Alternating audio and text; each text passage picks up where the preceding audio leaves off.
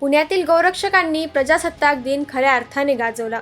25 जानेवारीच्या मध्यरात्रीनंतर 1 वाजल्यापासून 26 जानेवारीच्या दुपारी 3 वाजेपर्यंत म्हणजे एकूण 14 तास 15 गोरक्षकांनी श्रमसाहस करून 16 गायी वाचवल्या आणि जांभूळवाडी येथील विरालयम गोशाळेमध्ये पाठवून त्यांचे पुनर्वसन करण्यात आले।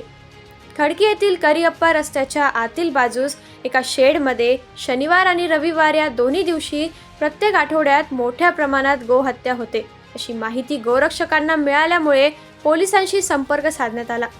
फिरोज खान असे संबंधित आरोपीचे नाव आहे।